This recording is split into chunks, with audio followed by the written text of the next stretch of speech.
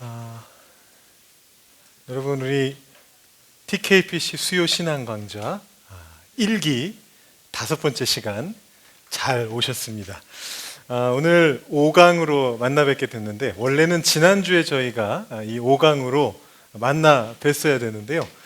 눈 예보 때문에 한 주 미뤄져서 오늘 저희가 같이 성경 공부에 대한 것 같이 해보도록 하겠습니다.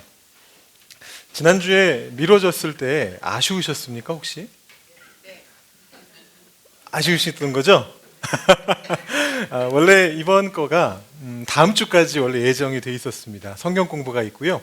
그 다음에 암송하고 낭독하고 2시간이 더 남아 있었는데 제가 오늘 새벽 기도 때도 말씀드렸습니다만 그 한 주 밀린 것 때문에 그렇게 결정한 게 아니라 지난주에 이미 제가 생각을 하면서 암송하고 낭독은 따로따로 1시간씩 하기에는 조금 양이 애매해서 합쳐서 한 번에 끝내는 게 좋겠다 이 생각을 하고 있었는데 신기하게도 한 주가 밀리는 바람에 끝나는 시간은 똑같게 되겠습니다. 그래서 오늘 여러분 저랑 같이 5강으로 성경 공부에 대해서 같이 들으시고요. 그 다음에 다음 주에 우리가 암송하고 낭독에 대한 거 한꺼번에 같이 하면서 다음 주에 우리 수요신앙 강좌 1기를 마무리하는 것으로 그렇게 하겠습니다. 오늘 성경 공부에 대해서 여러분들께 말씀을 드려야 되는데 여러분 아마 이런 질문부터 드시지 않을까라는 생각이 듭니다. 성경 공부를 직접 해야 할까요? 이 무슨 질문일까요? 여러분 성경 공부 어떤 식으로 보통 하세요? 어떤 식으로 하시죠? 이렇게 공부하는 모임이 만들어지면 거기에 참여하셔가지고 주로 목사님들이 이렇게 해주시는 이야기 들으시면서 받아 적으시면서 이렇게 주로 성경 공부를 하신단 말입니다. 근데 지금 저희가 하고 있는 거는 사실 맨 첫 주에 설교를 제외하고는 그 다음부터는 스스로 하는 것들이었습니다. 그리고 사실 스스로 하는 거에 대해서 얘기하지 않는다면 오늘 성경 공부에 대한 강좌를 따로 할 필요가 없습니다. 그냥 제가 계속 성경 공부를 해드리면 되는 거잖아요. 성경 공부를 열어서 오늘은 레위기 특강입니다 해가지고 레위기에 대한 거를 제가 쫙 정리해가지고 여러분들께 알려드리고 뭐 이런 식으로 성경 특강을 계속 하면 됩니다. 그런데 오늘 이 1시간을 가지고 저희가 성경 공부를 어떻게 해야 하는가라는 거를 생각한다라는 말의 뜻은 무엇이냐 하면 여러분들이 직접 성경 공부도 하셔야 된다는 얘기입니다. 통독하듯이 묵상하시듯이 설교는 안 하셔도 됩니다. 하지만 성경 공부는 하셔야 된다는 겁니다. 그러면 이런 질문이 당연히 드실 수밖에 없는 거예요. 꼭 직접 해야 될까요? 필요하다는 건 모두가 알지만 이런 거 보시면은 얼마나 부담스러우세요? 저게 이거 들고 내려오면서 굉장히 부담스러웠습니다. 마음이 부담스러웠던 게 아니고 팔이 아파가지고 위에서 만나 뵀던 우리 최 장로님께서 어이구 하고 깜짝 놀라시면서 문을 열어주셨는데 뭐 제가 지금 뭐 들고 온 게 뭐 두께가 그냥 기본적으로 뭐 이만한 두께 이런 것들이 이렇게 잔뜩 있습니다. 그러면 야, 이걸 어떻게 우리가 신학 공부를 한 것도 아니고 이걸 어떻게 우리가 공부하고 볼 것이냐 이런 생각이 드실 수밖에 없을 것 같습니다. 자, 오늘 제가 1시간 동안 여러분들께 알려드리고 싶은 건 뭐냐면 다른 게 아니고 부담 없이 성경 공부 하실 수 있는 방법입니다. 그것만 알려드려도 여러분 오늘 여기 오신 보람 있으실 것 같으시죠? 부담 없이 성경 공부하는 방법 지금부터 한번 시작해 보도록 하겠습니다. 자, 성경 공부 깊이 있는 공부를 개인적으로 하는 것은 당연히 어려울 수 있습니다. 그리고 가장 좋은 성경 공부는 당연히 교회에서 목사님하고 같이 하는 그런 성경 공부가 가장 좋은 거죠. 그렇지만 그럼에도 불구하고 우리는 각자 개개인이 성경 공부를 할 필요가 있습니다. 제가 그것을 위해서 무엇을 예로 들까 생각해 보다가 지금 저희가 이 말씀 공부하고 듣고 하는 것을 음식에다가 비유하고 있으니까 이 인물이 가장 적절할 것 같다라는 생각이 들어서 제가 한 사람을 데려왔습니다. 보여드릴게요. 혹시 이거 지나가야죠. 시편 말씀이 있었네요.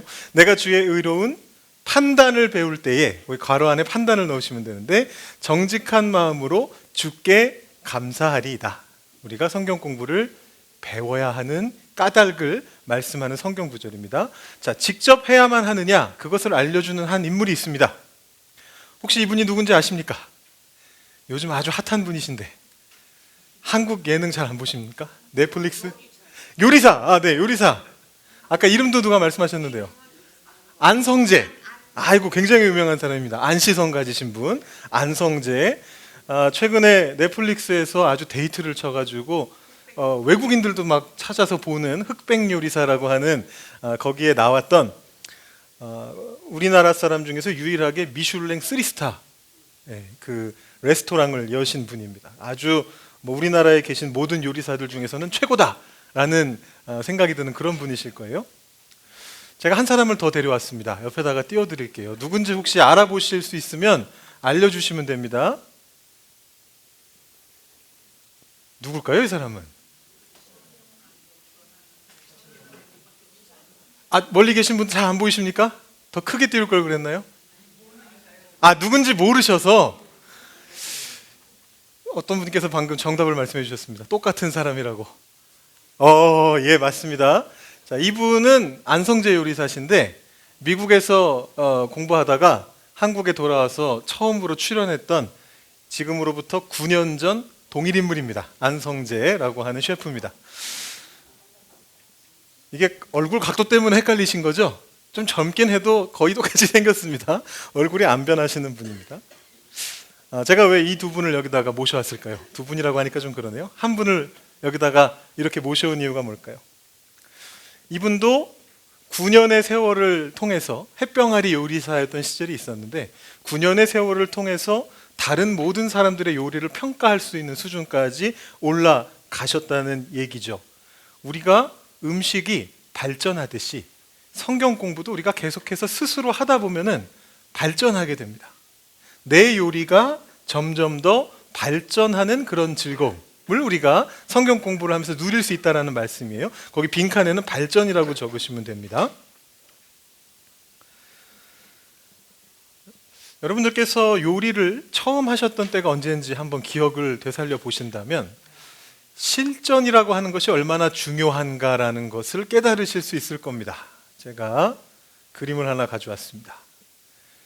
참고로 그림은 여기까지만 있습니다. 이제부터 글만 나올 겁니다. 맨 마지막 되기 전까지. 아이가 어머니와 함께, 어쩌면 할머니이실 수도 있겠네요. 이렇게 같이 요리를 하는 그런 모습의 그림인데요. 처음에 우리가 요리를 할 때에 그 요리를 하는 것이 익숙하지 않기 때문에 태우고 뭐 실수하고 엉망이 될 겁니다. 그런데 계속해서 중요한 옆에 있는 멘토와 함께, 어머니와 함께, 할머니와 함께, 또 다른 누군가와 함께 계속해서 요리를 해나가다 보면 요리 실력이 점점 늘어나는 것처럼 성경 공부도 원래는 혼자서 하면서 처음에는 태우기도 하고 이게 뭔 소리야 싶기도 하고 그렇지만 점점 계속해서 하시다 보면 그것이 늘어나는 것입니다. 그래서 실전이 우리를 여러 단계 업그레이드 시킬 수 있다는 것입니다. 그래서 제가 여러분들께 성경 공부를 직접 한번 해보십시오라고 말씀을 드리는 이유가 여기에 있습니다. 여러분들께 제가 최대한의 많은 것들을 드리고 싶은데 과연 가능할지는 모르겠지만 한번 열심히 말씀드려 보겠습니다. 우리 개인이 하는 성경 공부가 왜 필요한가를 조금 더 이야기하기 위해서 복습을 한번 해보도록 하겠습니다. 성경 공부가 왜 필요한가? 자, 복습이라고 하는 건 무슨 얘기냐면 우리가 예전에 배웠던 걸 말합니다. 우리 지난주에 폭설로 인해서 여러분들께서 다 잊어버리셨을까 봐 다시 한번 과거로 돌아가서 1강부터 한번 짚어보겠습니다. 우리 설교에 대해서 처음에 저희가 같이 얘기를 했습니다. 제가 설교를 어디에 비유했었냐 하면 전문가가 해준 맛있는 음식이다 이렇게 비유를 했습니다. 맛집과 같다 이렇게 비유를 했는데요. 다만 그 음식이 아무리 전문가가 요리한 거라 할지라도 내 입에 맞을지는 복불복이다, 알 수 없다라고 그렇게 말씀드렸습니다. 그래서 가능성을 높이기 위해 맛있는 음식이 되게 만들기 위해서 가급적이면 몇 분을 정해놓고 여러분 설교를 들으시게 되죠. 교회를 잘 찾아서 그 교회 담임 목사님으로부터 설교를 계속 듣습니다. 유튜브를 통해서 큰 교회 목사님들 혹은 유명하신 목사님들 중에 나와 잘 맞는, 내가 들을 때 은혜가 되는 말씀들을 찾아서 그분 설교를 중심으로 많이 듣습니다. 왜냐하면 그 리스크를 줄이기 위해서죠. 내가 그 설교가 입에 잘 맞게 만들기 위해서. 그런데 그것보다 더 중요한 것은 능동적으로 반응하는 것이다라고 그때 제가 말씀드렸습니다. 설교에 대한 복습인데요. 그렇다면 이 설교 안에서 성경 공부는 어디에 있을까요? 여기에는 사실 성경 공부가 직접적으로 필요하진 않습니다. 왜냐하면 이미 그 목사님이 설교를 준비하시면서 성경 공부를 하셨잖아요. 다 녹여내셨잖아요. 설교 안에 다 들어있기 때문에 사실은 설교 안에서는 성경 공부가 안에 숨어 있습니다. 여러분들은 설교를 처음 들으실 때처럼 성경 공부도 그대로 녹여있는 대로 이렇게 받아들이시면 됩니다. 그런데 통독부터는 달라집니다. 왜냐하면 통독은 여러분들이 스스로 하셔야 되는 거기 때문이죠. 통독이 이제 우리가 지금 계속해서 하고 있는데 가장 중요한 것은 뭐냐면 통독은 결국 숲을 보는 겁니다. 맥을 짚어내는 것이거든요.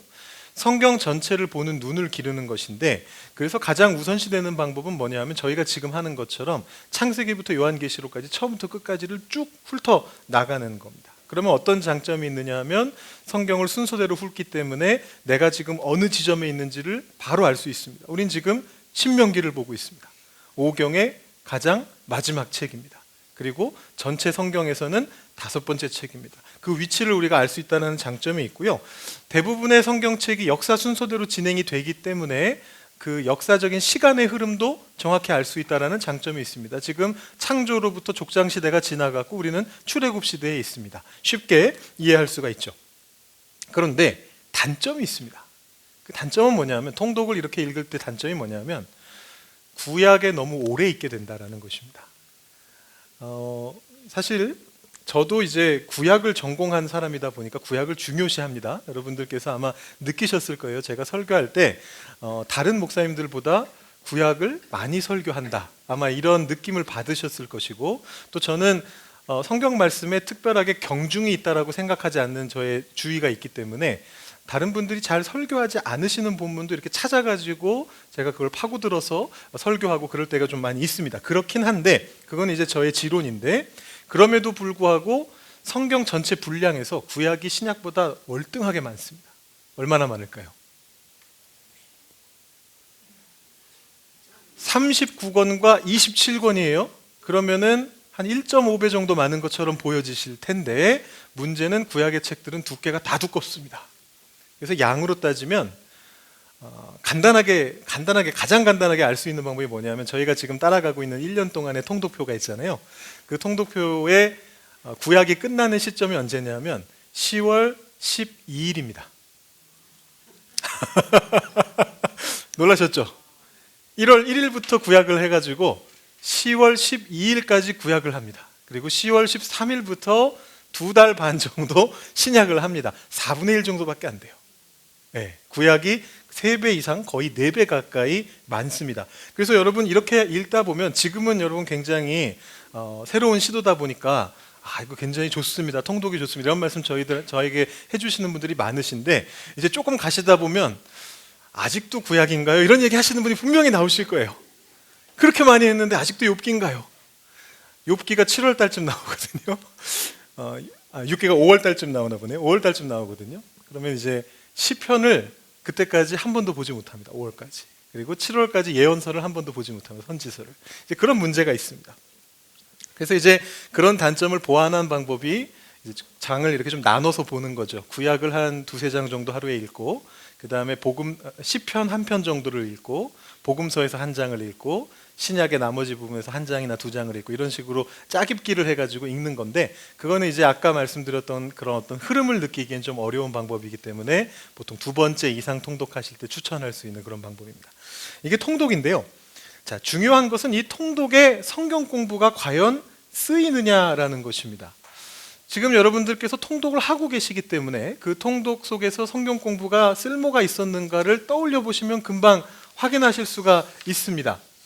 지금 신명기를 보고 계시는데 바로 엊그제 신명기 개관을 제가 여러분들께 알려드렸어요. 월요일날 신명기 전체가 어떤 내용이고 그 다음에 그 중에 구조가 어떤 식으로 구성이 되어 있는가 이거를 제가 쭉 말씀드렸습니다. 그걸 알고 나서 신명기를 읽으면 훨씬 이해가 잘 되시잖아요. 내가 어떤 걸 읽고 있는지를 알게 되거든요. 그게 없이 그냥 읽으면 4장을 읽으나 12장을 읽으나 17장을 읽으나 다 그게 그 소리 같고 또 율법이 또 나오고 이게 뭔 소린가 싶으실 텐데 이제 구조를 알고 보시면 4장부터 11장까지는 조금 서론적인 얘기를 먼저 하는 것이구나.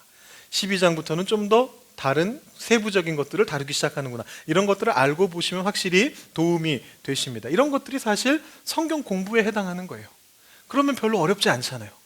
신명기 전체에 대한 성경 공부를 축약해가지고 제가 그때 한 5분, 10분 만에 여러분들께 가르쳐 드린 건데, 그거 하나만 여러분들이 알고 계셔도 통독을 하는데 굉장히 큰 도움이 됩니다. 학자들이 하는, 어떤 목회자들이 하는 깊은 수준이 아닐지라도 각 개인이 이 정도의 성경 공부를 할 수 있는데 그게 굉장히 유용하다는 것이죠. 유효한 것입니다. 그래서 여러분 지금 모두 저를 쳐다보고 계시는 게 괄호에 도대체 뭐가 들어갈 건가 빨리 얘기하시라, 아마 그런 취지로 지금 저를 바라보고 계신다라는 생각이 드는데, 괄호에는 뭘 넣으면 될까요? 통독을, 자, 재미있게와 짝을 짓는 게 뭡니까? 쉽고 재미있게. 네, 쉽고 재미있게. 성경 공부는 통독을 쉽고 재미있게 할 수 있게 돕습니다 라고 적어보시면 되겠습니다. 자, 그렇다면 묵상은 어떨까요? 사실 묵상하고 성경 공부는 상당히 다르기는 합니다. 묵상은 객관적인 사실, 진리 이런 거를 찾아간다기보다는 하나님께서 오늘 나에게 주시는 작업을 찾는 작업입니다. 하나님께서 오늘 나에게 주시는 말씀을 찾는 작업입니다. 그 은혜를 찾는 작업입니다. 그래서 성경 안에서 어떤 객관적인 무슨 정답을 찾으려고 애쓰기보다는 내 삶에 어떻게 적용할까, 뭘 느끼고 그걸 어떻게 적용할까, 이런 것들을 찾는데 초점을 맞추게 됩니다. 그래서 성경 공부와 굉장히 거리가 있어 보이기는 하는데, 여러분 오늘 아침 묵상이었던 만나에 대해서 한번 생각해 보시죠. 만나가 어떻게 생겼는지, 만나라는 단어의 뜻이 무엇인지, 왜 그런 뜻이 붙었는지, 이런 것들을 성경의 다른 구절들과 또 학자들의 어떤 연구, 예를 들어 주석책이라든가 이런 것들의 도움을 받아서 묵상하게 되니까 묵상이 더 깊어졌습니다. 여기서 기습적으로 제가 만나의 뜻이 무엇이었죠라고 질문하면 여러분 화내실 건가요?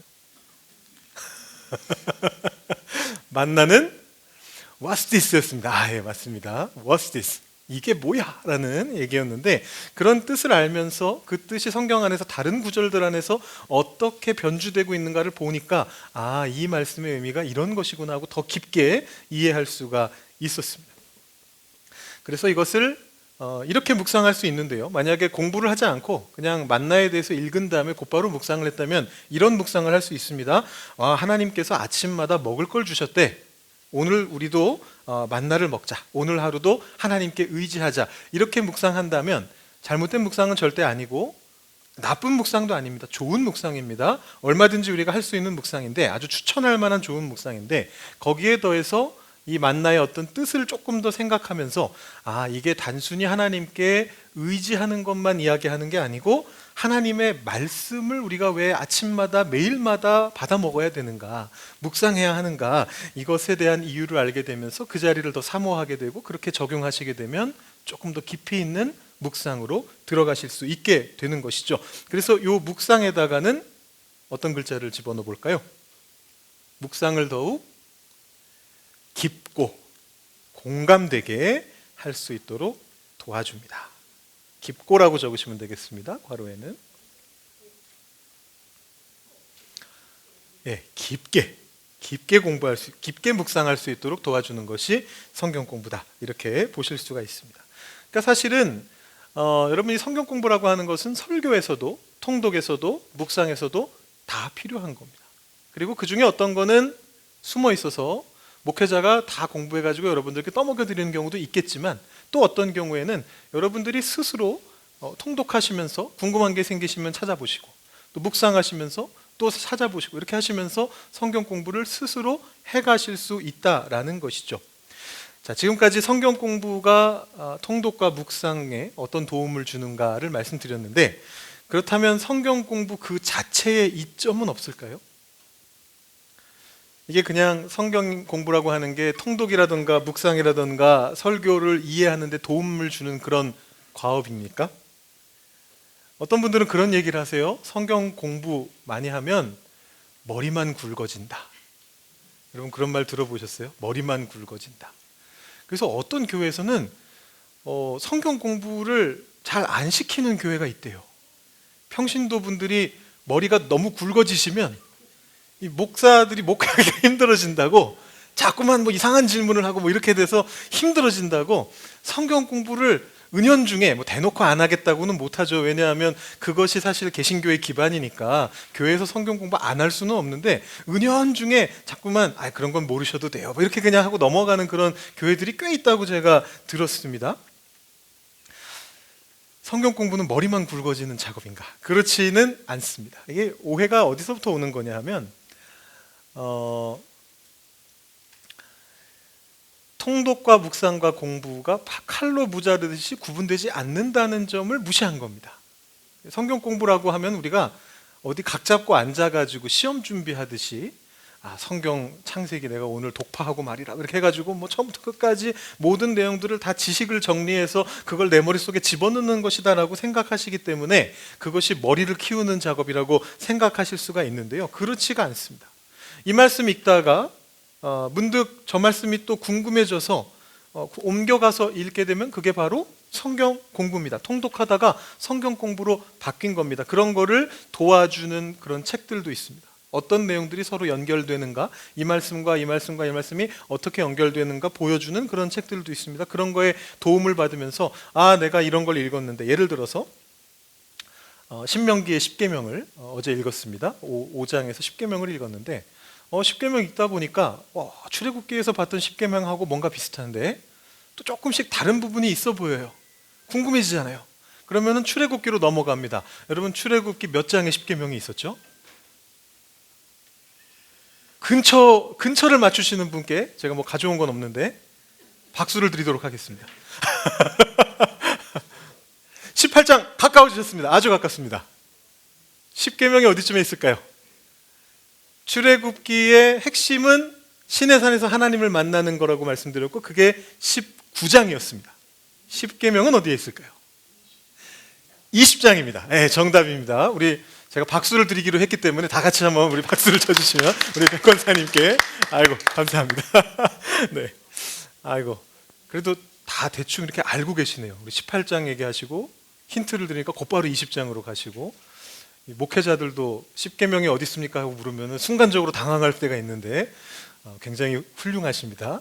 자, 이 10계명을 찾아가는 거죠.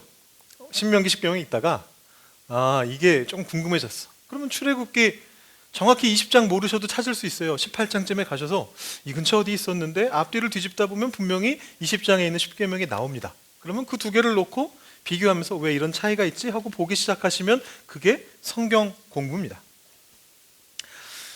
또 다른 예시를 본다면 우리가 이제 묵상 같은 거를 하는데, 묵상이 아니라 성경 공부를 하는데, 성경 공부로 지식만 머릿속에다 집어넣으려고 하는 게 아니라 말씀을 이렇게 읽다 보니까, 말씀도 읽고 책도 읽고 막 읽다 보니까 이런 말씀이 여기 있었네, 미처 모르던 건데, 근데 내가 이거 굉장히 요즘 고민하고 있던 부분인데 이게 여기서 나오네. 그러면 그걸 가지고 그 자리에서 묵상으로 들어가실 수 있습니다. 왔다 갔다 하실 수 있는 거예요. 성경 공부하다가 묵상하실 수도 있고, 묵상하다가 통독하실 수도 있고, 통독하다가 묵상하고 성경 공부하고 왔다 갔다 하실 수가 있는 거예요. 이거를 같이 하시면서 반복하시면서 말씀에 익숙해지시면 서로가 서로를 돕게 됩니다. 그러면서 하나님에 대한 이해가 증가하게 되는 것이죠. 그래서 이것이 성경 공부의 이점이다라고 그렇게 말씀드릴 수가 있겠고요. 성경 공부의 의미를 조금 저희가 그러면 한 번 더 살펴보도록 하겠습니다. 성경 공부는 도대체 무엇인가? 통독은 숲을 보는 것이었고요. 묵상은 나에게 적용하는 것이었고, 성경 공부는 당연히 조금 더 깊이 있게 그 내용을 파악해가는 것인데, 그 내용의 핵심은 무엇이냐 하면 하나님이 어떤 분이신가를 발견하는 것입니다. 그렇죠? 하나님이 어떤 분이신지를 성경 공부하면서 발명할 수는 없잖아요. 없는 걸 만들어내는 게 아니고 성경 안에 있는 하나님을 발견하는 건데, 하나님께서 어떤 분이신지를 점점 더 발견해가는 것입니다. 처음에는 조각 하나로 시작합니다. 얼마 전에 저희 둘째가 1000조각짜리 피스를 어디서 받아왔어요. 그래가지고 이 1000조각짜리 피스를 이렇게 만들겠다고, 퍼즐을 만들겠다고, 그래서 하라고 이렇게 여기서 하라 하고 이제 자리를 만들어 줬습니다. 제 아들이 한 250피스 정도 맞춘 것 같고요. 제가 한 750피스 정도 맞춘 것 같습니다. 하필이면 거기 계단참에다가 딱 놔가지고 오며 가며 계속 눈에 보이니까 지나가다가 한 5분 맞추고 들어가고 지나가다가 한 5분 맞추고 들어가고 이러다 보니까 나중에 이게 그림 모양이 보이더라고요. 그래서 제가 그걸 맞췄는데 성경 공부도 그런 거죠. 처음에는 요 조각에 있는 하나님이 어떤 분이신가, 그 다음에는 이 조각에 있는 하나님이 어떤 분이신가. 처음에는 왜 따로 떨어져 있는 것 같고 전혀 연결 안 되는 것처럼 보이지만 공부를 계속 해나가다 보면 아, 이 하나님이 이렇게 연결되시는구나. 구약의 하나님이 신약의 하나님과 이렇게 연결되시는구나. 창세기의 하나님이 신명기의 하나님과 이렇게 연결되시는구나. 이거를 찾아가고 발견해가는 것이 바로 성경 공부다라는 것이고요. 그래서 제가 거기에 시편 말씀 하나를 적어놨는데 119편 38절입니다. 주를 경외하게 하는 주의 말씀을 주의 종에게 세우소서. 하나님 말씀을 공부하고 배우게 되면 주님을 경외하게 되는 거죠. 하나님이 어떤 분이신지 알게 되고 그 하나님을 경외하게 되는 겁니다. 이것을 위해서는 우리가 하나님이 어떤 분이신지를 발견해 가려면 머리를 써야 됩니다. 우리가 머리를 키우려고 성경 공부를 하는 건 아니지만 성경 공부할 때는 아무래도 머리를 많이 사용해야 됩니다. 묵상할 때 마음을 더 많이 사용하시게 된다면 성경 공부할 때는 머리를 쓰게 됩니다. 머리를 쓴다면 어떤 것들을 가지면 될까요? 이를 위해 무엇을 탑재해야 될까요? 집중력도 좋은 것 같은데요. 생각하지 못했지만 그것도 괜찮은 것 같습니다. 괄호 하나를 추가하셔가지고 집중력을 넣어주셔도 될 것 같습니다. 그 머리를 쓰는 거를 우리가 보통 논리라고 하죠. 논리성과 객관성을 탑재하는 것이 중요합니다. 성경 공부할 때는 묵상하고 조금 차이점이 그겁니다. 나의 마음에 와닿는 거를 본다기보다는 여기에 왜 이런 일이 일어났는가를 질문하면서 보는 것이다라고 보시면 되겠고요. 그러자니 당연히 필요한 게 있습니다. 그게 바로 도움입니다. 어떻게 보면 너무 당연한 말씀을 드렸습니다. 다시 처음으로 돌아간 겁니다. 성경 공부를 하려면 목사님이 필요한데 혼자서 하라고 지금 제가 여태까지 말씀을 드려놓고서 맨 마지막에 다시 돌아와서 도움이 필요하다. 누구의 도움일까요? 제 도움입니까? 저를 얘기하시는데 저 말고도 뒤에 김종현 목사님도 계시고 최서영 목사님도 계시고 여러분들이 공부하실 때 당연히 필요하시면 언제든지 성경 읽으시다가 궁금한 게 생겨나시면 저한테 다른 목사님들께 연락하실 수 있습니다. 도움을 받으시는 거죠. 근데 저는 여러분들 모두가 스스로 열심히 매일 성경 공부를 하시는 삶을 살아가시기를 간절히 바랍니다만 그렇게 될 경우에 이제 3명의 목회자로는 부족해질 수가 있습니다. 매일매일 10분씩 20분씩 이렇게 전화를 하셔가지고 오늘 읽은 말씀에 이런 궁금한 점이 있습니다. 이렇게 하시기 시작하면은 조금 힘들어질 수도 있습니다. 그럴 때는 어떤 도움을 받으면 될까요? 힌트를 드리자면 이런 것들이죠. 이런 것들이죠. 힌트를 드리자면 이런 것들이죠.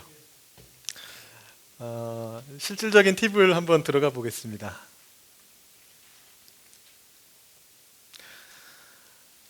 한 장 뒤로 넘겨보시면은요, 전문가의 도움을 받는다라고 제가 적어놨습니다. 전문가라고 하는 건 진짜 전문가를 말하는 것이 아니고 전문가들이 만들어 놓은 것들을 이야기하는 겁니다. 근데 그 전문가들이 만들어 놓은 것들 중에서 어떤 것들은 여러분들께서 사용하시기에는 무리가 있는 것들도 있습니다. 대표적으로 성경 공부를 할 때 가장 많이 언급되는 것 중에 하나가 주석입니다. 주석이라고 하는 말이 굉장히 어려우실 텐데 이 주석이라고 하는 것은 다른 게 아니라 성경의 내용을 자세하게 풀어서 해설을 적어 놓은 것이다라고 보시면 됩니다. 그걸 주로 이제 성서학자들이 합니다. 제가 이제 그 공부를 쭉 해왔던 건데 목회자들에게는 굉장히 중요한 작업입니다. 그걸 하는 법도 배우고요. 스스로 그 주석 작업을 하는 것도 배우고 다른 학자들이 연구해 놓은 주석을 보면서 그걸 어떻게 설교로 녹여낼 것인가에 대한 그런 부분들도 배웁니다. 그런데 여러분들께서 그런 어떤 신학적인 공부를 하지 않으신 상태에서 주석책을 보시면 당황스러우실 수 있어요. 이 도대체 뭔 소린가 싶으실 수가 있어요.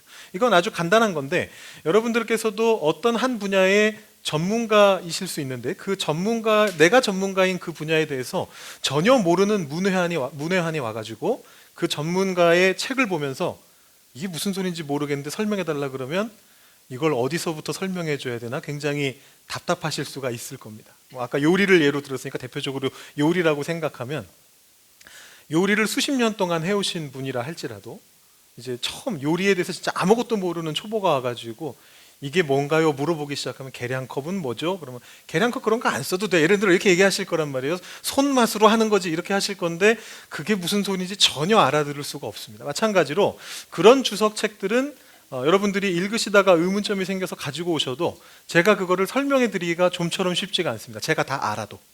모든 목회자가 모든 주석을 다 알기도 어렵거니와 그 내용을 제가 아는 거라 할지라도 그 앞에서부터 뒤까지 그 상황들을 전체를 다 설명해 드리는 것 자체가 굉장히 어렵습니다. 스스로 보시는 건 더더욱 어렵습니다. 그럴 때 도움이 되는 것이 뭐냐 하면 단권 주석이라는 겁니다. 그럼 단권 주석이라고 하는 건 다른 게 아니고 한 권짜리 주석이라는 겁니다.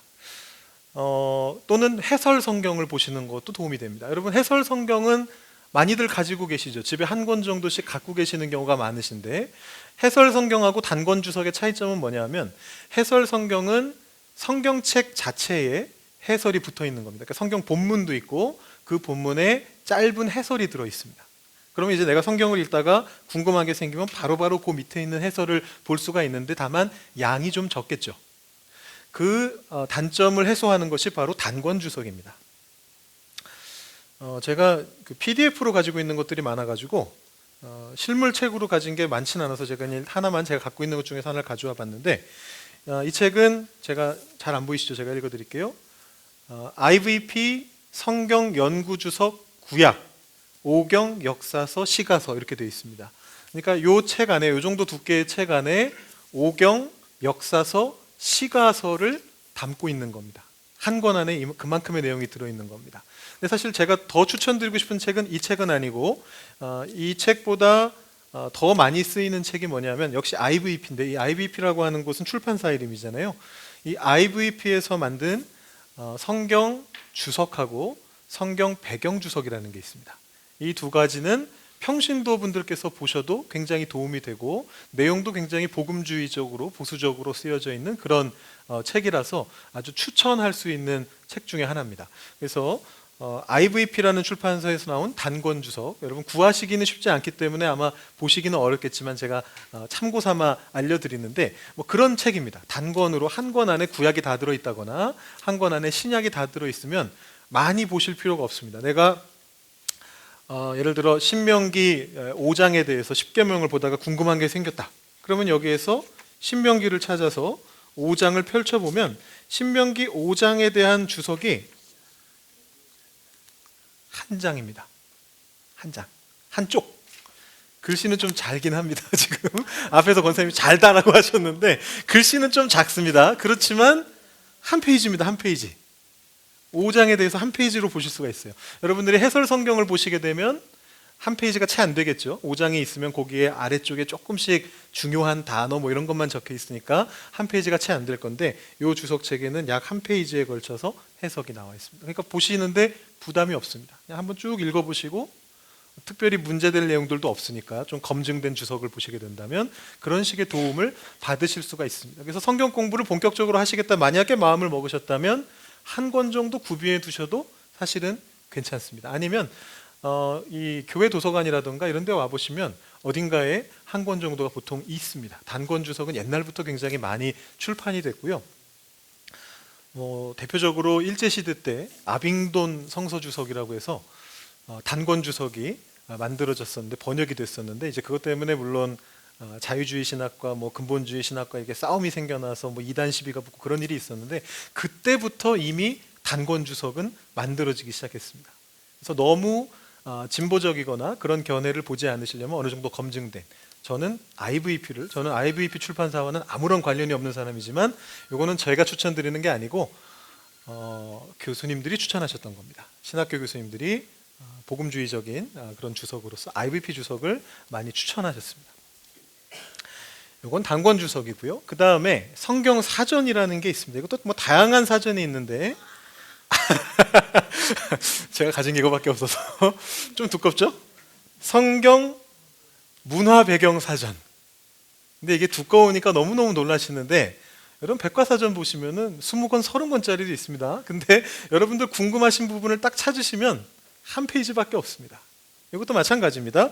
성경 문화 배경 사전에서 아주 복잡하게 써놨는데, 예를 들어 뭐 만나를 찾으면, 이제 만나라는 게 이게 지금 가나다 수는 아니라서 제가 찾으려면 조금 시간은 걸리는데 음식 쪽으로 뭐 가서 이렇게 들어가야 되는데, 뭐 만나를 찾으면 그게 몇 페이지 이렇게 적혀 있습니다. 대표적으로 제가 지금 펼친 데서 하나를 보면 팥죽 5줄입니다. 팥죽 딱 5줄입니다. 여기서 바로 읽어드려도 됩니다. 팥을 삶아 으깨어 쓴 죽, 중군동 지방에서 팥죽이라 할 때 주로 렌즈콩을 말하고 거기에 양파와 쌀과 채소와 고기를 넣고 올리브 기름에 끓인 죽을 말한다. 오늘날 아랍 사람들이 즐겨 먹는다. 야곱은 이 식물을 주는 조건으로, 이 음식을 주는 조건으로 형 에서에게 장자의 명분을 넘겨받았다. 창세기 25장 29절에서 30절. 에서는 팥죽을 붉은 것이라고 불렀다. 이 사건이 그의 이름을 에돔이라고 부르는, 붉은이라는 뜻으로 부르는 원인이 된 것 같다. 딱 끝입니다. 5줄. 팥죽에 대한 정보를 줍니다. 성경에 대한 팥죽의 정보를 주는 겁니다. 이런 사전을 활용하시는 것도 도움이 됩니다. 이 책은 관용어 사전. 이제 문화가 다른 곳에서는 서로 다른 말을 쓰잖아요. 우리가 흔히 쓰는, 우리 문화 속에서 쓰는 말과 다른 성경의 표현을 어떻게 이해해야 되는가 알려주는 뭐 그런 사전인데, 다양한 사전이 있습니다. 근데 이런 사전보다 제가 좀 이따가 화면 보여드리면서 또 다른 사전을 추천해 드릴 건데, 아마 여러분들께는 그 사전이 더 도움이 되실 거고, 그 사전은 실물이 없어도 쓰실 수가 있습니다. 조금 이따가 그건 제가 또 알려드릴게요. 그래서 이 사전도 굉장히 큰 도움이 되고요. 그 다음에 성경 지도죠. 제가 지도를 가지고 있는 게 이거밖에 없어서 이거 2개를 가지고 왔는데, 이 지도는 조금 어려운 지도고요. 이거는 사실은 제가 가지고 있어서 갖고는 왔지만, 이거는 목회자들이 보기 위한 그런 지도인데 굉장히 두껍죠. 그래서 보시면 뭐 각종 설명과 작은 지도가 그려져 있습니다. 주로 고고학에 대한 것들을 다루는 거라 이거는 공부하는 사람들이나 목회자들이 보는 거고요. 사실은 이제 요거는 이제 영어판인데 옥스포드 바이블 아틀라스라고 해서 요거는 조금 더 보시기가 편합니다. 뭐 신약 시대에 대한 지도가 크고 글자가 작잖아요. 아까 저거는 글자가 많고 지도가 작았는데, 이거는 지도가 크고 글자가 적습니다.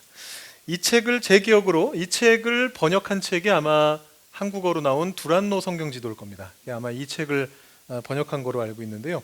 원래 이제 옥스포드, 유명한 그 영국의 옥스포드에서 나온 바이블 아틀라스를 한국에서 번역한 책이 있습니다. 그런 성경 지도가 제가 알기로는 한 3-4종류가 좀 유명한 것들이 많이 있어요. 한국어로 번역돼서 나온 혹은 직접 만들어진 지도들이 있는데, 그런 것들을 참고해서 보시면 이 이야기가 이런 배경에서 이렇게 이루어지고 있구나. 지도만 나오지 않고요. 이런 것들을 보시면 지형을 표시해 주기도 하고, 약간 이렇게 내려다보듯이 조감도 형식으로, 그래서 성벽이 어떤 모양으로 있었는지 이런 걸 보여주기도 하고, 여러 가지 많은 도움을 줍니다. 그래서 성경 지도도 굉장히 큰 도움을 받으실 수가 있고요. 그 다음에 또 하나는 관주입니다. 여러분, 관주가 뭔지 아세요? 아십니까? 아는데 말씀이 안 나오시기 때문에 제가 여기 서 있는 거죠. 제가 말씀을 하기 위해서. 감사합니다. 관주라는 게 뭐냐면, 제가 가지고 있는 책인데요.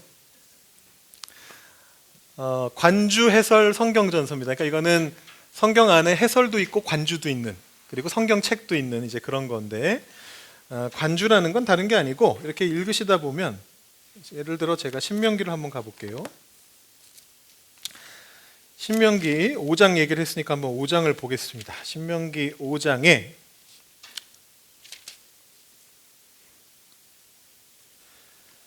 5장 2절에 보면, 우리 하나님 여호와께서 호렙산에서 우리와 언약을 세우셨나니 이렇게 적혀 있습니다. 그리고 그 뒤에 파란색 글씨로 조그맣게 출 19장 5절, 24장 1절에서 8절 이렇게 적혀 있습니다. 이 하나님께서 호렙산에서 언약을 세우신 것이 여기뿐만 아니고 어느 본문에 또 나오느냐, 그걸 알려주는 게 관주입니다. 이게 좀 어려운 말인데요.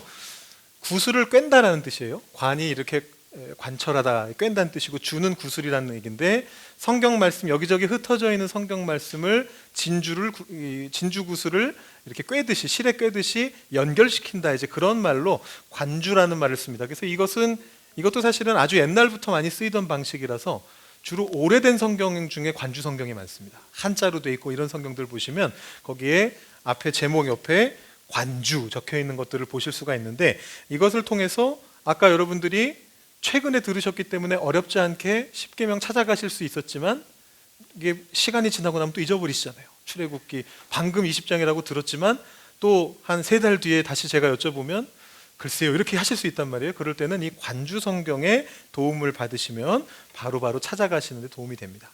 그 내용들은 요즘은 해설 성경 속에 거의 다 들어가 있습니다. 옛날 성경은 말씀 뒤에다가 그냥 연관 말씀만 바로바로 적어놨었는데, 요즘은 그거를 밑에 해설을 적으면서 거기다 괄호치고 몇 장 몇 절에 어떤 내용이 있다, 이런 식으로 이제 알려주는 거죠. 그래서 그런 것들도 여러분들이 참고하실 수가 있습니다. 자, 이거 전부 다 누군가가 해놓은 겁니다. 어떤 전문가들이 해놓은 겁니다. 여러분들이 그 책을 가지고 계시면 도움을 받을 수가 있는 건데요.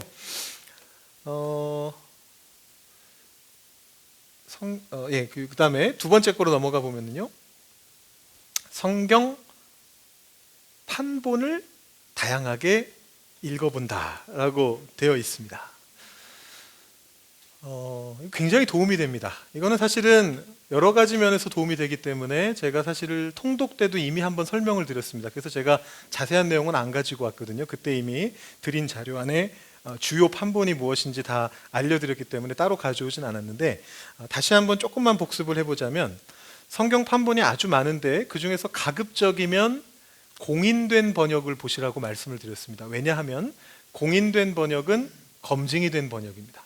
그래서 가장 추천하고 싶은 책은 새번역이라고 말씀드렸습니다. 대한성서공회에서 나온 새번역. 물론 다른 성경이 있으시면 다른 걸 보셔도 돼요. 안 된다는 뜻은 아닙니다. 근데 공인된 번역은 인증이 된, 검증이 된 그런 성경이고, 한국의 경우는 공인된 번역은 전부 다 대한성서공회에서 나오고 있습니다. 이 대한성서공회 자체가 모든 교단이 연합해서 세운 기관이기 때문에 여기에서 번역돼서 나오는 성경들은 전부 다 한국의 모든 교회가 함께 공인한 그런 책인데, 대표적으로 개역개정판, 그 이전에 개역한글판, 그 다음에 새번역, 그 다음에 공동번역, 이렇게가 있습니다. 다만 공동번역은 마음이 불편하신 분은 안 보셔도 된다고 제가 말씀드렸어요. 왜냐하면 카톨릭과 함께 번역한 거다 보니까 용어가 우리가 쓰는 것과 좀 다릅니다. 뭐 하느님으로 번역되어 있다던가 사람 이름도 조금씩 다르게 번역이 되어 있습니다. 그래서 새 번역을 가장 추천드린다 말씀드렸고, 그 외의 성경들은 다 조금 위험할 수가 있는데 사적으로 번역된 것이기 때문에 한 출판사가 번역을 하거나 한 명의 학자가 번역을 하거나, 그래서 조금 위험할 수가 있지만 역시나 많은 사람들이 봐서 검증된 거라면 괜찮다 말씀드렸습니다. 그런 점에서 가장 추천할 만한 책은 쉬운 성경이라고 말씀드렸어요. 아가페 출판사에서 나온 건데 가장 널리 퍼져 있습니다.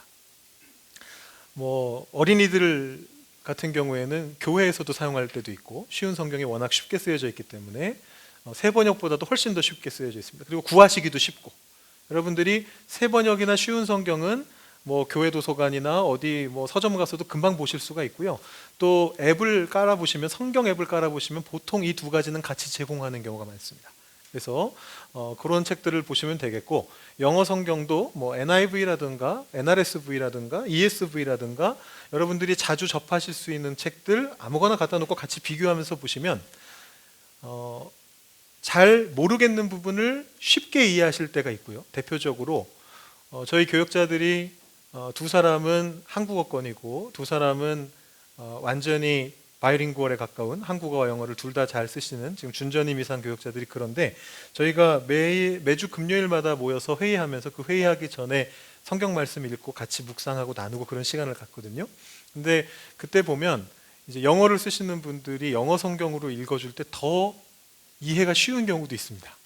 개역개정판 성경이 어려운 용어들을 써놔서 잘 못 알아듣거나 옛날 한자어를 써놨는데 이게 무슨 말이지 싶을 때가 있는데, 가끔 그런 얘기가 영어로 보면 더 쉬울 때도 있습니다. 그래서 뭐 영어를 줄줄 보실 수 있는 분이라면 뭐 당연히 영어 성경 보시면 되겠지만, 그렇지 않다 하더라도 영어 성경 보시는 것도 상당히 도움이 된다라는 것을 알려드리고요. 자, 그 다음에 3번은 조금 특이한 건데요. 제가 거의 괄호 쳐놨죠. 뭐가 들어가면 좋을까요? 어떤 본문을 비교해서 읽어볼 수 있을까요? 비교한다라는 얘기는 이렇게 나란히 놓고 본다는 얘기거든요. 아까 십계명 같이 출애굽기 십계명, 신명기 십계명이 있으면 그 둘을 나란히 놓고 볼 수가 있습니다. 나란히 놓다라는 말의 뜻은 한자로 평행이라고 합니다. 평행 본문이라는 말이 있습니다. 평행 본문이라고 하는 것은 다 있는 건 아니고요. 아까 말씀드린 것처럼 출애굽기에도 십계명이 있고 신명기에도 십계명이 있는데 그게 완전히 다르지가 않고 거의 동일합니다. 그러면서도 조금씩의 차이가 있습니다. 그런 것들을 평행 본문이라고 합니다. 성경 안에 여러 군데에 나오는데 그것이 조금씩 다르거나 한 경우, 그런 경우들을 평행 본문이라고 하는데요. 단순히 한 절 한 절이 비슷한 거 말고 어느 정도 쭉 내용이 비슷할 때 그런 표현을 씁니다. 그래서 주로 복음서에 많습니다. 성경 중에 여러분들이 복음서를 읽으실 때에는 이 내용이 똑같은 내용이 마가복음에도 있고 마태복음에도 있고 요한복음에도 있는 경우가 있어요. 그럼 그거를 같이 놓고 읽어보다 보면 전체적인 내용이 요약될 때도 있고, 마태복음엔 이렇게 적혀 있고 마가복음엔 이렇게 적혀 있고 누가복음엔 이렇게 적혀 있는데 세 개를 같이 놓고 보니까 전체 그림이 윤곽이 그려지게 되는 경우도 있고, 혹은 마태를 읽고 마가를 읽었더니 차이가 눈에 띄어서 왜 이런 차이가 생겼지 하고 들여다보다 보면 마태가 뭘 강조하고 싶었는지를 발견하게 될 수 있습니다. 그러니까 이렇게 되면 마태의 어떤 신학을 발견하게 되는 거죠. 이런 방식으로 평행 본문을 비교할 수 있습니다. 그래서 복음서가 가장 대표적이고, 또 하나는 역사서입니다. 사무엘상부터 열왕기하까지의 역사가 역대상하에 다시 한번 나옵니다. 근데 많이 비슷하지만 조금씩 차이가 있습니다. 그래서 이 사무엘상부터 열왕기하까지를 읽을 때나 혹은 거꾸로 역대상하를 읽으실 때 반대편을 참조하시면 같은 사건이 어떻게 기록되었는가를 비교해서 보시면서 아까와 마찬가지로 전체적인 그림을 그리실 수도 있고, 어떤 한쪽이 어떤 생각을 가지고 있었는가를 발견하실 수도 있는 그런 방법입니다. 자, 제가 이렇게 말씀을 드리고 나면 참 다 도움은 되는데 어디서 어떻게 구하고 이걸 또 어떻게 해야 됩니까? 이런 말씀을 분명히 하실 거라는 생각이 듭니다. 실제적인 팁이라고 해놓고서 전혀 실제적이지가 않은 얘기를 한 게 아닌가 이런 걱정이 되는데, 제가 사이트를 조금 추천해 드리도록 하겠습니다.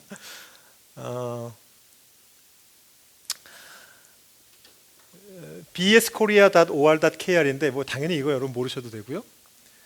구글이나 네이버나 다음에서 검색 엔진 아무 데서나 대한성소공회 용어사전이라고 치시면 됩니다. 대한성소공회 용어사전. 그러면 이 페이지가 나옵니다. 대한성소공회 용어사전. 제가 아까 말씀드렸듯이 대한성소공회는 한국의 모든 교단들이 다 가입해가지고 인증한 기관입니다. 성경을 출판해낼 수 있도록 각 교단이 권한을 이양해줘가지고 거기에서 유일하게, 개신교에서 유일하게 성경을 출판하는 곳이 바로 대한성소공회입니다. 그 대한성소공회에서 자기들의 홈페이지에 용어사전을 하나 만들어 놨는데, 굿뉴스 스터디 바이블이라고 하는 해설 성경하고 독일 성서공회 해설 관주 성경전설하고 하는 해설 성경 두 가지를 짬뽕해 놓은 겁니다. 합쳐 놓은 겁니다.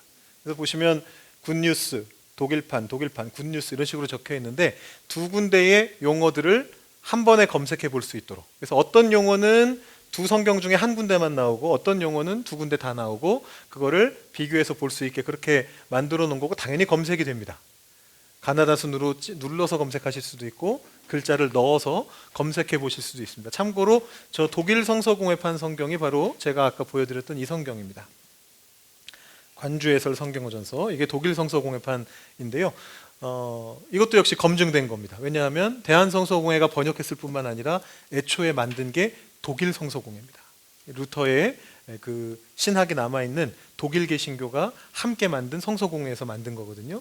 그래서 여기에 용어 사전을 참고하시면 가나안이라는 말이 무슨 말이냐, 가나안 족속에 어떤 족속들이 있었지 궁금하시면 가나안 치면은 쫙 나오는 겁니다. 그럼 독일판 가나안 족속들을 보시던가, 굿뉴스, 가나안 사람, 가나안 족속을 보시던가 둘 중에 하나를 보시면 아까 그 사전에서 보신 것처럼 그리 많지 않은 양으로 길어봤자 10줄, 짧으면 5줄, 2줄 그 정도의 양으로 이게 뭔지를 설명해 줍니다. 저도 자주 사용합니다. 제가 성서학을 직접 박사까지 공부하는 사람인데도 불구하고 모르는 게 얼마나 많은지 모릅니다. 잊어버리는 것도 너무나 많습니다. 그러면 여기 와가지고 검색하면 바로 나옵니다. 이게 뭔지, 여기가 어딘지 바로 나옵니다.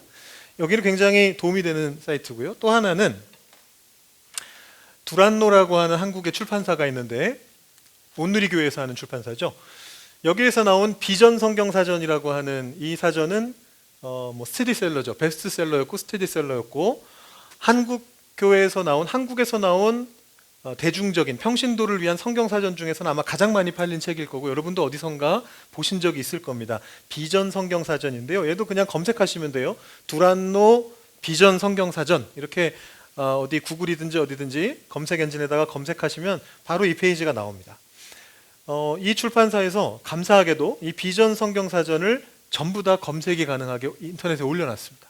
아까랑 똑같은 방식으로 글자 넣고 검색을 누르시면 곧바로 나옵니다. 궤 검색하면 궤 어떤 것이다.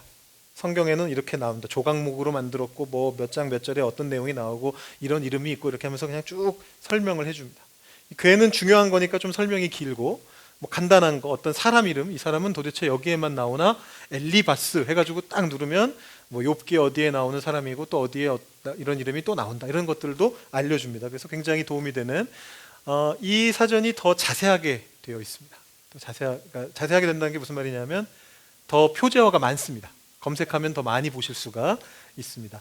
근데 아까 그 사전은 검증된 사전이다. 대한성서공회에서 검증된 사전이고 그 두 가지를 놓고 보시면 웬만한 성경 속에 나오는 중요한 것들은 다 찾아보실 수가 있어요.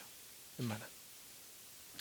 이따가 제가 또 한 번 알려드릴 게 있는데 그거는 조금 이따가 말씀드리고요. 하나 더 소개해드리면 이것도 역시 대한성서공회 같은 대한성서공회 사이트입니다. 아까 처음 보여드렸던 용어사전과 같은 사이트인데요.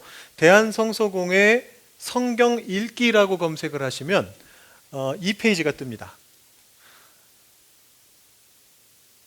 여기에서는 개역 개정판과 개역 한글판, 아까 말씀드린 세 번역의 옛날 버전인 표준 세 번역, 그 다음에 아까 말씀드린 공동 번역, 그리고 공동 번역의 개정판. 그러니까 전부 다 총 세 가지인 거죠. 개역 개정, 세 번역, 공동 번역인데 개정 전과 개정 후, 개정 전과 개정 후 이렇게 두 개씩 6개 판본이 있고 영어 성경 중에 CEV라고 하는 영어 성경까지 모두 7개의 성경을 제공합니다.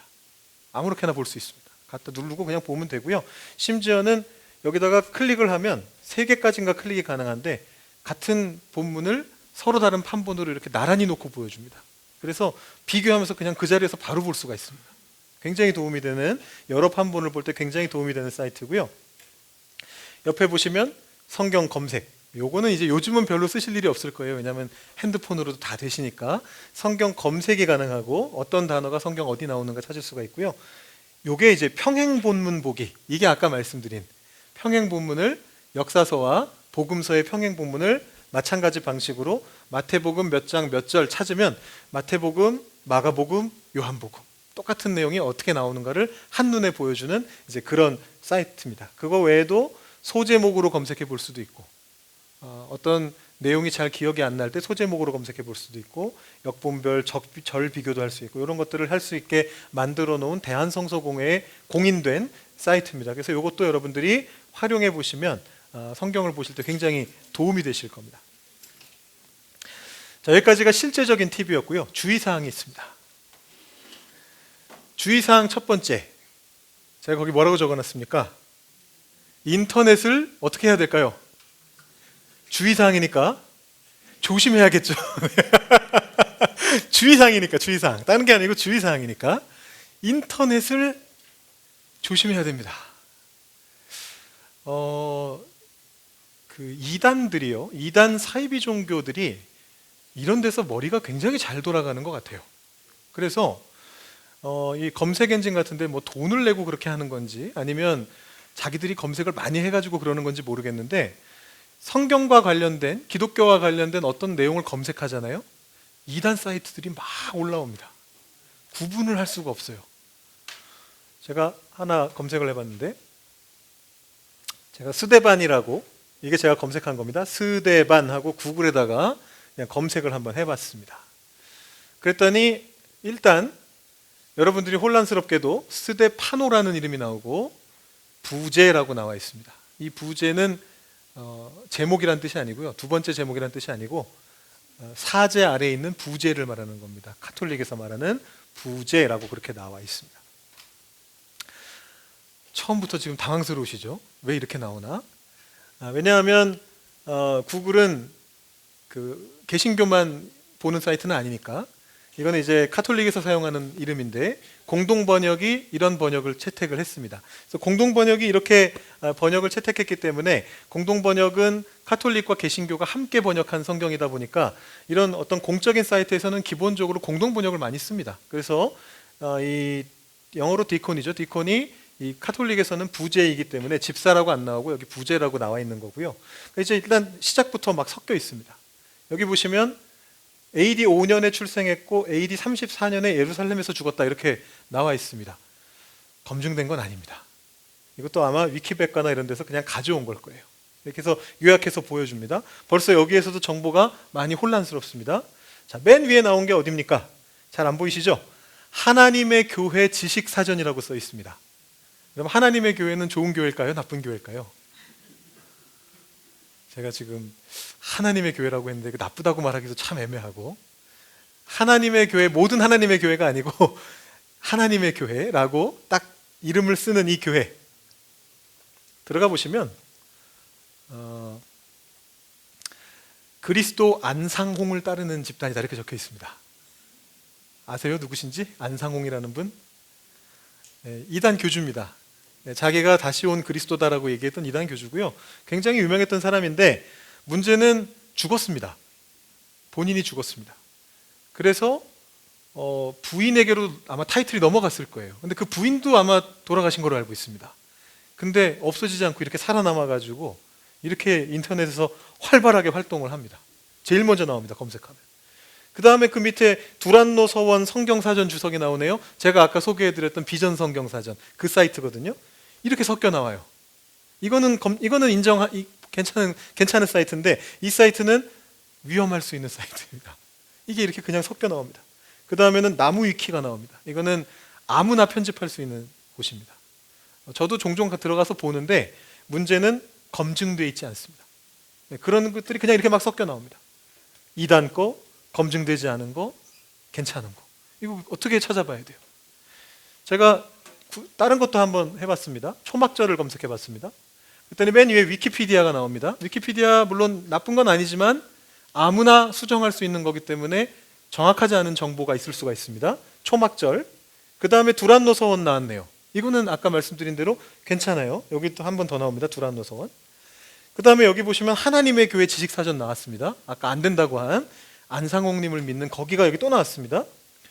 여기는 블로그입니다.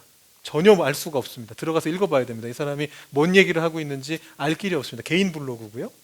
페스티브라는 곳이 나왔는데 여기 제가 이 페이지를 넣어놓은 이유가 뭐냐면요. 아닌 척하고 있는데 여기 자세하게 보시면 하나님의 교회라고 적혀 있습니다. 그러니까 알려진 거예요. 하나님의 교회라는 이름이 지식사전이 유명한 걸 알고 있는 거예요. 사람들이 이제 걸을 것 같으니까 이름을 바꾼 거예요. 페스티브. 또 나왔습니다. 2단 사이트, 2단 사이트. 믿을 수 있는 사이트, 믿을 수 있는 사이트. 검증이 안 돼 있는 사이트. 이렇게 섞여 나옵니다. 그래서 인터넷을 조심하셔야 된다는 얘기예요. 어느 내용이 맞는 내용인지 모릅니다. 제가 구글만 그런가 해가지고 네이버도 검색해봤습니다. 77절을 검색해봤습니다.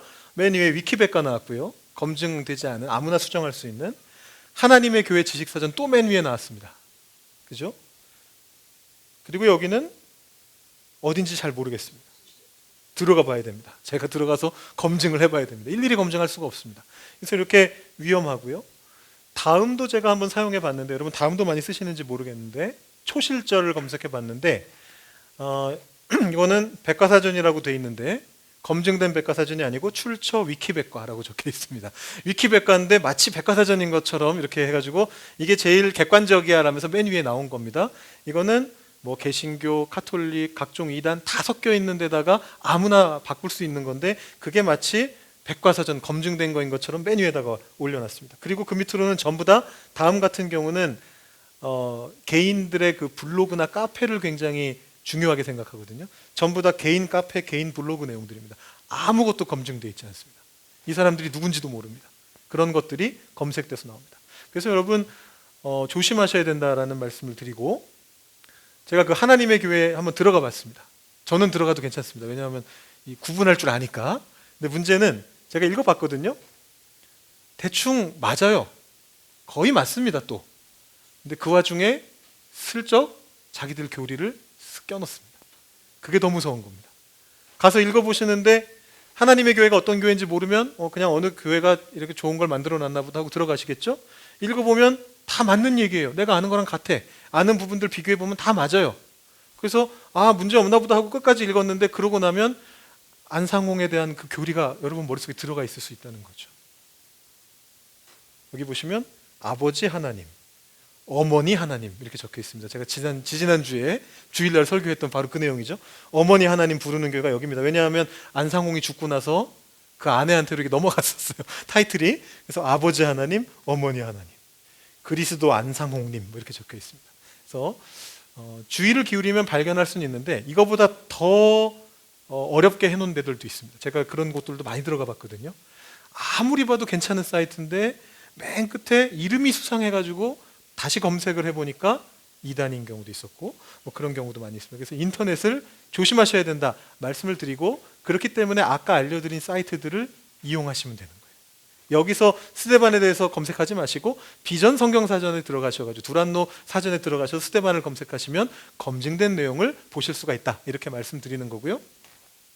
두 번째, 또 조심해야 될 게 있네요. 인터넷 말고 또 뭘 조심해야 될까요? 요즘 인터넷보다 더 많이 보시는 거. 네? 유튜브. 유튜브 조심하셔야 됩니다. 유튜브는 제가 사실 제가 잘 많이 안 봐서 그런 것들 뭐가 문제인지를 제가 딱 집어서 이렇게 보여드릴 수가 없어가지고 제가 이 스크린샷은 안 찍어왔거든요. 근데 정말 조심하셔야 됩니다. 검증되지 않은 개인의 의견들이 그냥 막 왔다 갔다 합니다. 아까 다음에서 보셨던 것처럼 블로그나 카페에 아무나 그냥 쓴 거예요. 저 사람이 목사인지 무슨 박사인지 이단인지 아닌지 전혀 알 수도 없는데 누군가가 하는 말을 그냥 이게 맞나? 여러분 그게 굉장히 무서운 건데, 어떻게 사람들이 이단에 빠지나 궁금하신 분들 있잖아요. 어떻게 이단에 빠지지? 다들 대학 나오고 공부하고 머리 좋은 사람들이 왜 이단 사이비 종교에 빠지지? 그런 생각 하시는데 가서 들어보면 다 그럴싸해요. 기가 막히게 설득력 있게 얘기합니다. 그래서 아무거나 그냥 막 보시다 보면은 거기서 하는 말이 다 맞는 말 같이 느껴지고 그러실 수가 있고요. 유튜브는 특히 문제가 뭐냐 하면 여러분들이 그런 걸 많이 보시면 계속 추천해 줍니다. 요런 걸 재밌게 봤지? 그러면 또 요런 것도 재밌어 하겠네? 이러면서 계속 추천을 해주는데 그게 하나도 검증이 안 됩니다. 뭐 예를 들어 제가 어떤 뭐 잘잘법이라든가 유명한 신앙 그 CBS에서 하는 거죠. 유명한 신앙 영상을 봤거든요. 그러고 나면 그거랑 비슷한 주제로 무슨 신학자나 목사나 이런 사람이 나와가지고 막 얘기하는 것 같은 게 쫙 나옵니다. 근데 보다 보면 이건 어딘가 싶은 데도 있고 이거는 이단인 것 같은 데도 있고 이쪽은 굉장히 진보적인 얘기하고 있고 이쪽은 굉장히 보수적인 얘기하고 있고 서로 안 맞는 건데 유튜브는 그것까지는 모르거든요. 여기에 관심 있으니까 이것도 보세요 이러면서 계속 보여줍니다. 그래서 여러분 유튜브도 좀 조심하셔야 되겠고요. 마지막, 그 공부한 내용을 신뢰할 수 있는 공동체 안에서 재확인해야 된다. 모든 성경 공부는 신뢰할 수 있는 공동체 안에서 반드시 검증이 돼야 됩니다. 요즘은 인터넷하고 유튜브가 더 문제라서 제가 더 위에다 올려놨는데 더 쉽게 접하실 수가 있어서, 원래 이단들이 가장 많이 사람들을 끌어모으는 방법이 성경 공부하자입니다. 많이 들어보셨죠? 네, 뭐 젊은 사람들한테 접근해가지고 좀 이렇게 열성적으로 교회 다니는 것 같은 사람들한테 접근해가지고 성경에 관심 많은 것 같은데 우리 성경 공부합시다. 여기 좋은 목사님이 있어요. 뭐 이러면서 데리고 갑니다. 그래서는 처음에는 제대로 가르치는 것처럼 하다가 슬그머니 아까처럼 이렇게 그리스도 안상홍님 뭐 이런 거 이렇게 갖다가 끼워 넣으면서 결국에는 이단으로 빠지게 만들거든요. 그래서 그 공부한 내용을 결국에는 신뢰할 수 있는 공동체 안에서 확인하는 작업이 필요하고요. 예를 들어 여러분들께서 제일 좋은 건 이 자리에 계신 여러분들끼리 뭐 이렇게 성경 공부하는 그룹을 만드시는 게 제일 좋은데, 만약에 어떤 외부의 어떤 공부하는 곳에 어쩌다가 가시게 됐다, 뭐 내가 아는 누가 이렇게 자꾸 오라 그래가지고 계속 빼기도 그래서 갔다, 그러면 그런 부분들은 반드시 교회의 목사에게나 혹은 누구에게 말씀하셔가지고 검증을 한번 받으셔야 돼요. 안 그러면 어떻게 될지 전혀 알 수 없기 때문에 굉장히 조심하셔야 된다라는 주의사항을 끝으로 성경 공부를 여러분들 스스로 하실 수 있는 부분에 대해서 전체적인 내용과 실제적인 팁과 주의사항을 다 알려드렸습니다. 오늘 좀 유용하셨습니까? 박수를 이렇게 쳐주셔서 감사합니다. 제가 지지난주에 이렇게 박수로 끝냈더니 목사님이 수요 예배인데 왜 기도로 안 끝내시느냐라는 얘기를 하셨다는 말을 제가 걸러서 들었습니다. 그래서 오늘은 기도로 마무리하도록 하겠습니다. 예배는 아니지만 우리 신앙 공부하는 거지만 기도로 마무리하겠습니다. 하나님 아버지 감사합니다. 우리 수요 신앙 강좌 1기 5번째 시간까지 이렇게 무사히 잘 마칠 수 있도록 도와주시니 감사합니다. 오늘은 특별히 성경 공부에 대한 것을 함께 나누었습니다. 하나님의 말씀을 궁금해하며 그 말씀 속에 나타나신 하나님을 더욱더 우리가 알아갈 수 있도록 우리에게 성경 공부할 수 있는 마음을 주시기를 소망합니다.